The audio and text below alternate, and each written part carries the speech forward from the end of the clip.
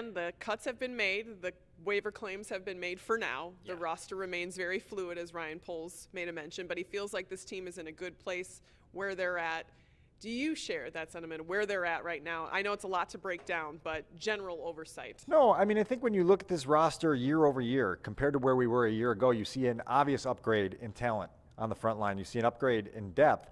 Now it's all about making those baby steps and going from a 14-loss team to maybe a 10-loss team, and then eventually you want to get to a 8-6, 4-loss team, right? And so they're on that process. They're on that climb. I think they've done what they can do to upgrade this roster and bolster it for the start of the regular season. And now, Kaitlin, it's all about going to play a football game and measuring it up in regular season action against meaningful opponents to see what exactly you have here. There were some great storylines throughout training camp and the preseason when you look at some of the notable cuts with the departure of Travis Gibson and Nathan Peterman and PJ Walker, and of course the story of Tyson Bagent, which has kind of stole the show from a lot of positions battles that we've seen because it was not expected. Not expected, and it's just such a cool August underdog story, right? You've got a Division II kid out of Shepherd University rising, meeting his moment, continually showing what the coaching staff and the front office wanted to see from him, and now claiming a job on an NFL roster. Is it the backup quarterback's job? Nobody seems ready to commit to that yet. They have plans to try to get Nathan Peterman back on their practice squad. They want some more veteran experience in that room.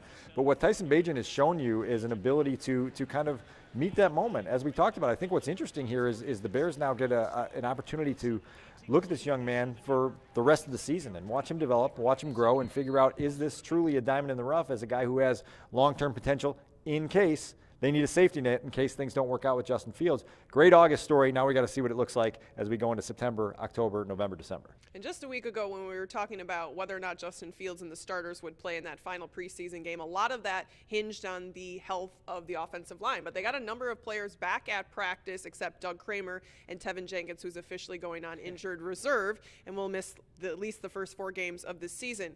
When you think about the O-line and what it's been through in camp and through the preseason, how do you feel about that unit as they get ready now for the regular season? Well, first of all, I feel great that they added another local kid, in Dan Feeney, who apparently loves football and loves to drink beer. We got a lot of good, colorful stories from teammates on that, which was great to hear.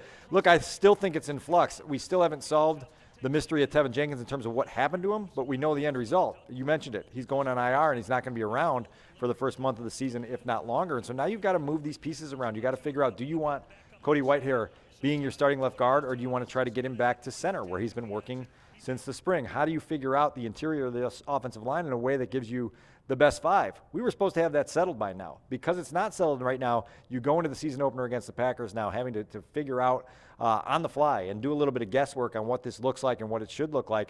Not the ideal situation in a pivotal year for Justin Fields, and they're going to have to get some stability, some steadiness there as soon as possible.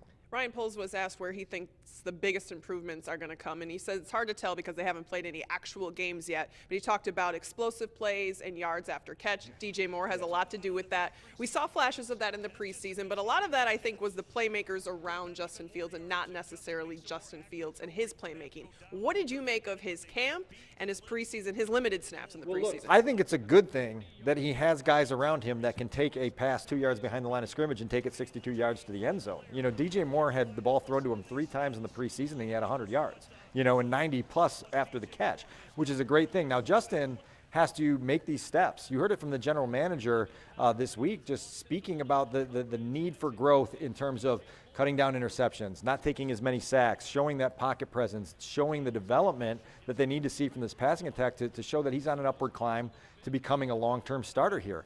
I don't know that we saw enough during training camp or the limited 20 snaps in preseason game action to tell you, oh yeah, absolutely, this escalator is on the move, right? Now we go into the regular season, and he's going to open with a very bright lights, big stage game against the Packers that one way or another we're going to be overreacting to when week 1 flips to week 2. That's exactly what we do. On the defensive side of things, obviously they made a lot of additions to the linebacker room. They valued specific parts that they wanted to improve on this defense. And you talk about some of the rookies that have been thrown into the fire, Tyreek Stevenson, and then, of course, Pickens and Javon Dexter.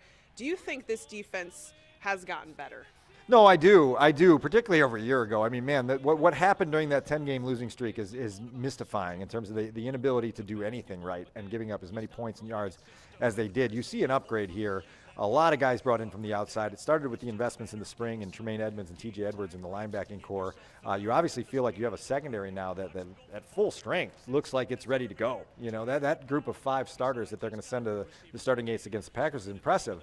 But now we go back to the fundamentals of football. Can you rush the passer? Can you stop the run? The Bears were terrible at it a year ago, and we don't have enough answers right yet to know whether the front 4 and the way they've solidified that is going to help them in both areas. We need to see that with our own eyes in regular season game action, but I do think they're taking strides in the right direction. It's just from a point where they're a long way from really good.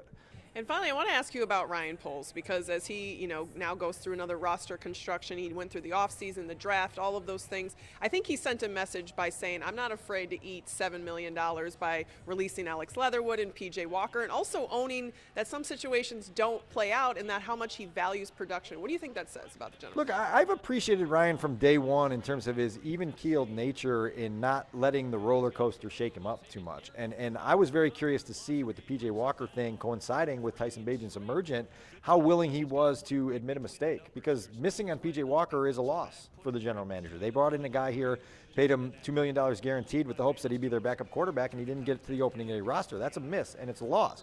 Well, it's a learning experience also, and they have found another guy in Tyson Bagent that they believe in, and all these things for a young general manager are an opportunity to figure out how to tweak your philosophies, how to get better at what you do, and Ryan has seemed to be pretty steady along that journey. Now all of a sudden you've got to figure out a way to allow that to translate into meaningful results when the games are played. That's the next step here.